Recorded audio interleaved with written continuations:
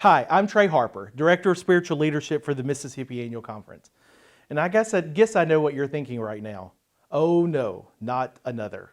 Not another program, not another requirement, not another deadline, not another form, not another requirement, not another ask on behalf of the annual conference in the midst of your already overloaded to-do list.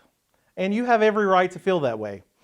As part of your annual conference leadership, I readily admit sometimes we aren't the best at helping you see how all of the work that we're doing is pulling toward the same purpose.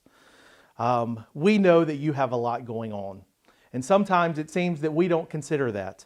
But I want you to know that in everything that we do, it's focused on making you, the local church, the very best that you can be. I also want to say thank you.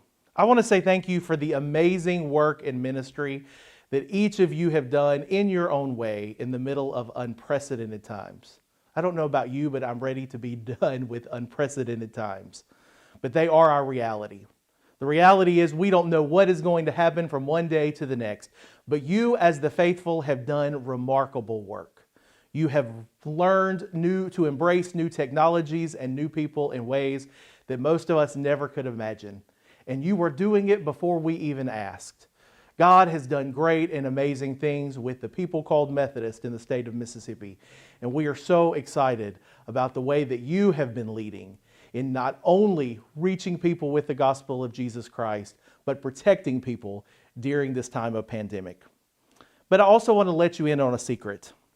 The secret is every step that we make as the annual conference is all directed toward making you better. Whether it be the work of the COVID task team, the End Racism for Good, Ministry Safe, all of those are connected with one purpose, and that is making sure that the church is a safe place. Whether it's safe in terms of health and welfare, whether it's safe in terms as a haven from political and feelings of oppression, or whether it's safe as just a quiet place in a world that is too loud. Everything that we do is helping you make a safe place because you cannot make disciples until people feel safe.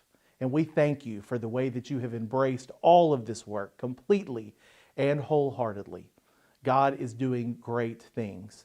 Because we as the annual conference have said for several years now, our priority is making disciples of Jesus Christ through intentional discipleship. That's the thing that we have asked of all of our local churches. And that's the thing that we are attempting to support in everything that we do. We believe, as our book of discipline says, that the local church is the greatest resource in the call for making disciples. And we believe that our responsibility is to help you in every way possible do just that. Now I want to offer you a gift. It's a gift of a small group resource that can either be used virtually or in small groups as you are safe together. It's called Anxiety as Opportunity of Spiritual Growth. It's a 7-week study that comes to us from Duke Divinity School.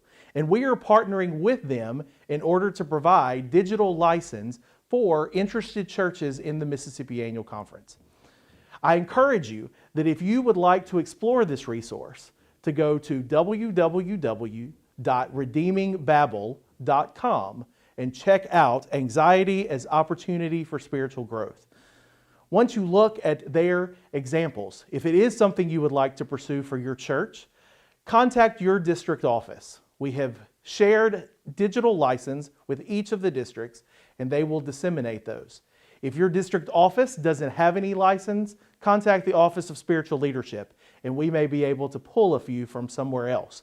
Or, and this would be such a great problem to have, if there are so many churches who want to provide this opportunity to safely process anxiety and confusion and fear, then we are certainly welcome to order as many licenses as we need for our local churches.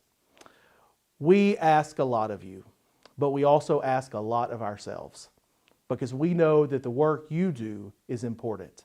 And we know our responsibility is to make sure that you are equipped in every way possible. Thank you for the great work that you're doing, and please take advantage of this excellent resource so you and the people of faith can find new ways for peace and hope and strength in the midst of these uncertain times.